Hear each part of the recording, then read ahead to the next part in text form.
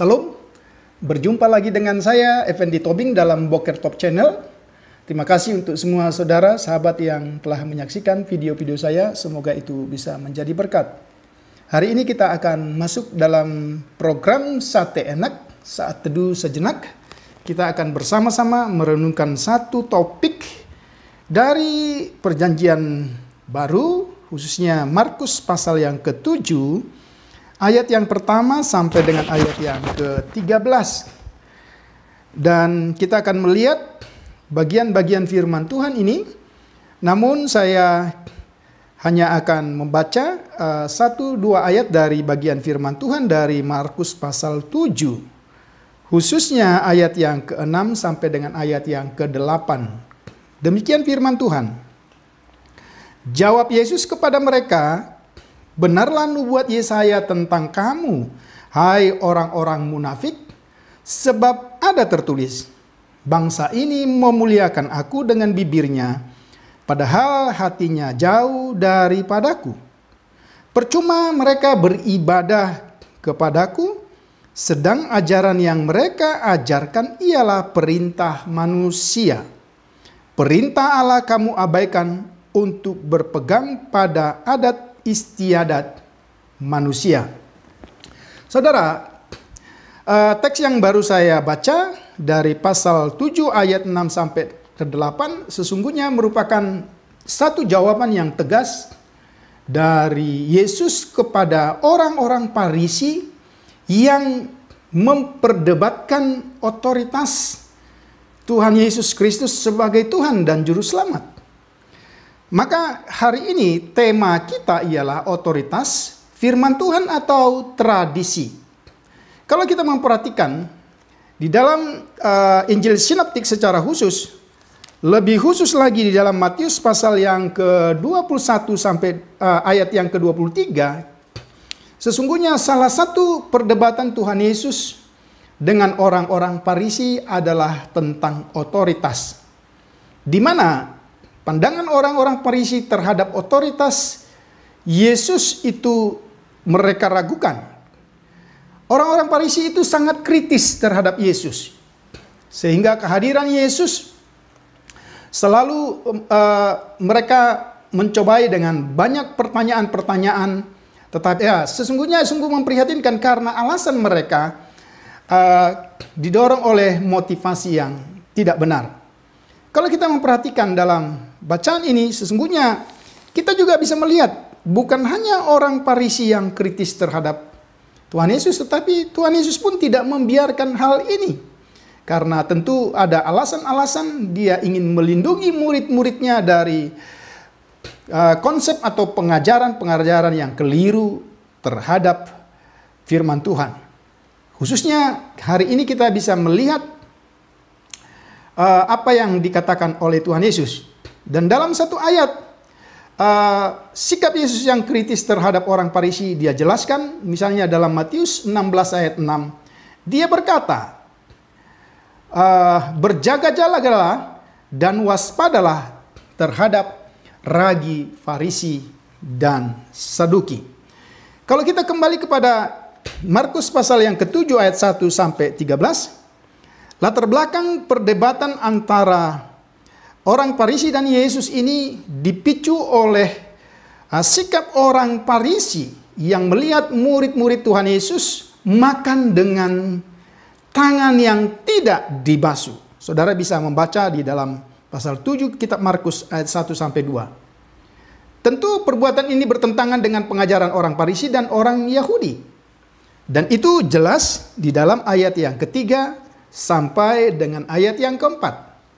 Nah, sebelum lebih lanjut kita melihat jawaban Yesus, kita mungkin sedikit melihat atau mempelajari siapa sesungguhnya orang Farisi dalam konteks ini. Kalau kita memperhatikan, Farisi adalah keturunan kaum Hasidim, orang-orang saleh.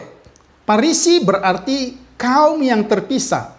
Istilah ini ditujukan kepada mereka karena mereka menarik diri dari kelompok kaum Saduki yang dianggap antek-antek Yunani. Nah, dari mana kita bisa mengetahui kejelasan ini? Tentu ini ada pada konteks di mana ada masa kesenjangan antara perjanjian lama dan perjanjian baru yang kita sebut dengan masa intertestamen, di mana kondisi bangsa Israel pada waktu itu ada dalam penjajahan. Sehingga penjajahan itu melahirkan ada dua bentuk kelompok. Yang pertama adalah Farisi, orang yang tetap setia kepada adat istiadat dan perintah dalam perjanjian lama secara literal. Tetapi ada orang yang kita sebut dengan Yahudi, orang yang lebih memilih bersikap akomodatif atau sinkritis terhadap pengajaran-pengajaran Helenisme. Sehingga dalam hal ini dalam hal ini Farisi dan orang Saduki sesungguhnya bertentangan satu dengan yang lain.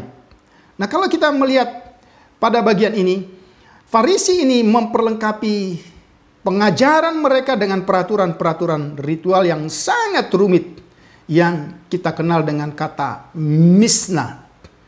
Ya, sasaran mereka adalah menjadi kudus secara seremonial dalam hidup sehari-hari sebagaimana para imam di bait suci.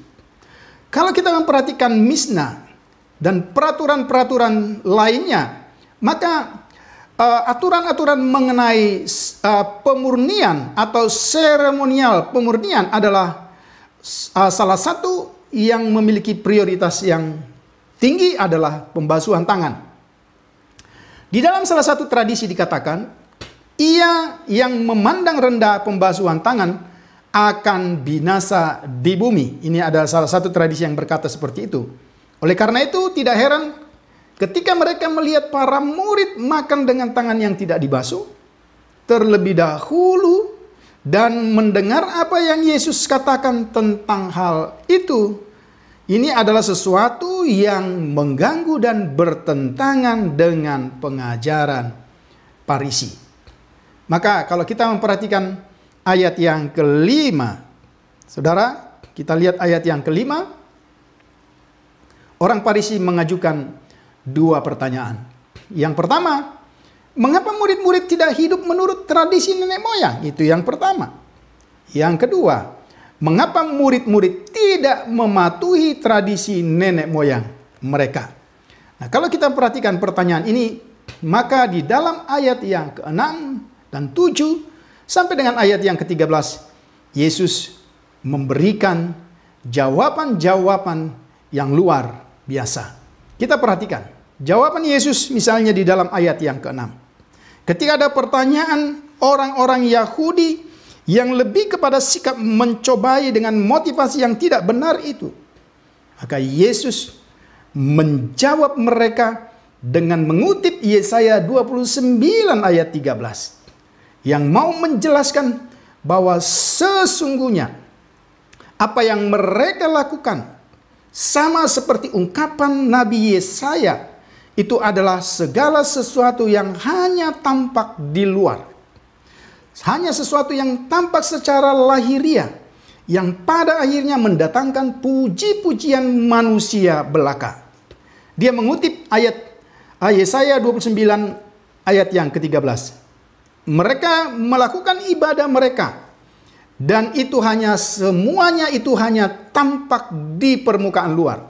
Itu hanya terucap dari bibir, bukan dari hati. Lalu Tuhan Yesus juga melanjutkan ya, dengan pandangan Farisi mengenai tradisi. Nah, apa yang dimaksud dengan tradisi, saudara?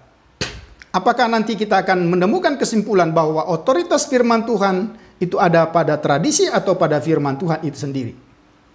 Apa yang dimaksud dengan tradisi? Kita seringkali mendengar kata itu. Tapi dalam konteks ini mari kita coba batasi. Yang dimaksud dengan tradisi dalam konteks Kristen itu berarti pewarisan kekristenan dari satu generasi ke generasi berikutnya. Saya ulang. Konteks kekristenan, tradisi berarti itu pewarisan kekristenan dari satu generasi ke generasi berikutnya. Jika yang diwariskan adalah Alkitab itu sendiri, berarti kitab suci bisa menjadi tradisi gereja. Saya ulang. Jika yang diwariskan adalah Alkitab itu sendiri, berarti kitab suci bisa menjadi tradisi gereja. Maka tidak akan ada masalah mengenai hubungan di antara firman Tuhan dan tradisi itu sendiri. Namun persoalannya adalah setiap generasi telah menafsirkan imannya dan berupaya menjelaskan imannya, menerapkannya, kemudian mewariskannya kepada generasi berikutnya. Dalam proses ini terjadi perubahan. Terjadi penambahan, terjadi pengurangan. Sehingga tradisi dan kitab suci sudah menjadi dua hal yang berbeda sama sekali. Ini kita lihat. Pertanyaannya, bagaimanakah relasi di antara keduanya? Siapa yang memiliki otoritas tertinggi? Firman Tuhan atau tradisi? Ini yang menjadi pembahasan kita pada saat teduh sejenak. Tradisi dalam konteks Markus adalah tradisi lisan yang kemudian dituliskan. Dan itu kita kenal dengan kata Misna.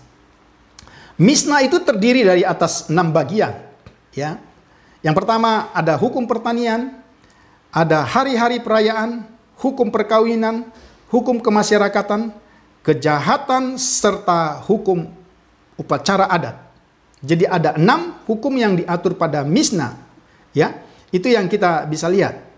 Farisi menganggap bahwa ada 2 pewahyuan yang paralel yang berasal dari Allah.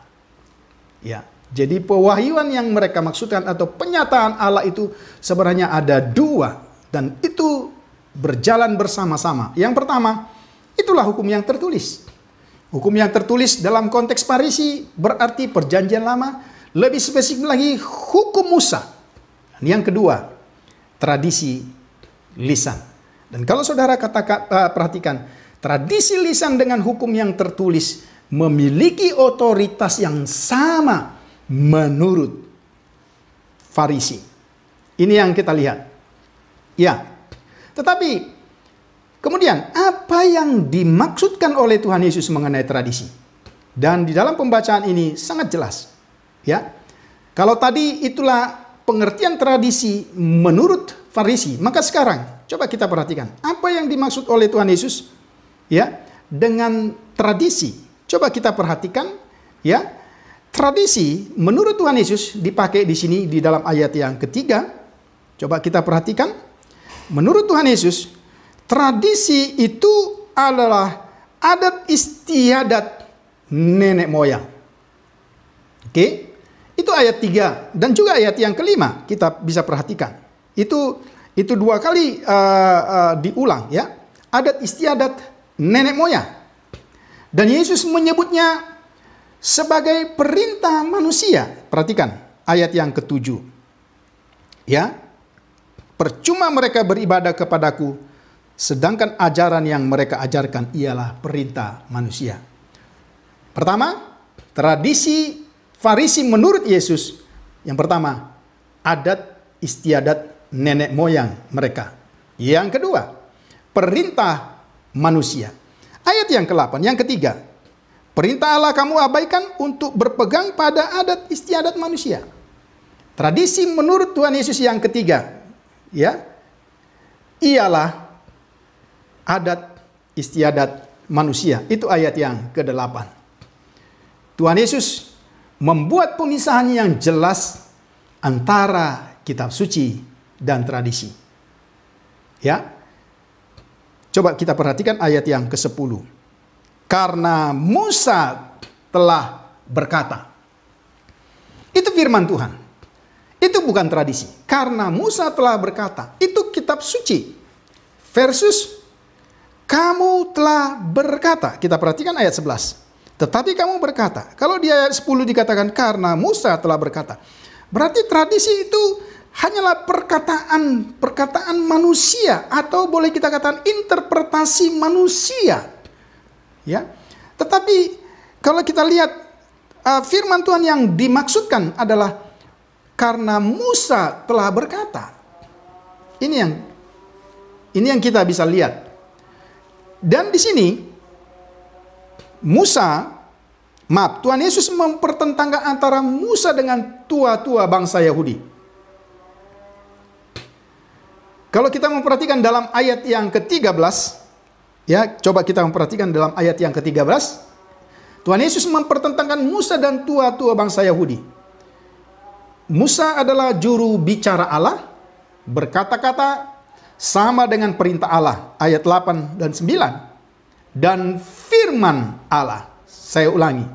Musa adalah juru bicara Allah, berkata-kata sama dengan perintah Allah dan firman Allah. Ayat 8 dan 9. Kemudian ayat yang ke-13. Sedangkan tua-tua Yahudi adalah orang-orang atau nenek moyang Yahudi yang rentan dengan kesalahan tradisinya masing-masing. Dengan demikian saudara, maka sangat jelas ya Tuhan Yesus menjelaskan kepada kita, kepada audiens pada waktu itu termasuk kepada murid-murid. Perbedaan tradisi dengan kitab suci yang tertulis. Ya. Dengan demikian perbedaan kitab suci dengan tradisi sama dengan perbedaan antara kitab suci yang tertulis dengan segala penafsiran serta penambahan dan pengurangan yang dilakukan Farisi atau manusia pada umumnya terhadap kitab suci. Nah, inilah yang bisa kita perhatikan. Ya, Yesus tidak menolak tradisi manusia dan tidak melarang murid-murid untuk menghargai dan mengikuti tradisi apapun. Yang Yesus lakukan dalam konteks ini adalah menempatkan tradisi pada tempat yang tepat. Ya, tidak ada yang salah mencuci tangan untuk mencuci pinggan untuk tempat makanan, mencuci tangan sebelum makan. Ini secara higienis adalah perbuatan yang masuk akal. Tetapi ini bukanlah perintah Allah dalam firman-Nya. Kita perhatikan ya. Kemudian peraturan tentang kurban adalah perintah Allah yang harus ditaati dan harus dilaksanakan. Ya. Tetapi orang Farisi menambah aturan detail-detail sampai kepada situasi tertentu. Ya, kalau kita perhatikan ayat 12 di sana katakan, kamu tidak membiarkan seseorang melakukan kewajibannya. Ini saudara sangat jelas bagi kita. Dengan demikian, melalui uraian-uraian ini, maka kita dapat menyimpulkan bahwa Yesus sesungguhnya tetap menghargai tradisi. Namun, ketika hal itu dipertanyakan tentang otoritas firman Tuhan atau tradisi, dengan jawaban-jawaban yang Yesus berikan, maka jelaslah bagi kita, firman Tuhan berada di tempat yang tertinggi, lebih daripada tradisi. Kiranya uraian firman Tuhan pada program Sate Enak Saat Teduh Sejenak hari ini bisa memberikan pemahaman dan memberkati semua saudara sahabat dimanapun menyaksikan tayangan ini. Tuhan Yesus memberkati. Salam.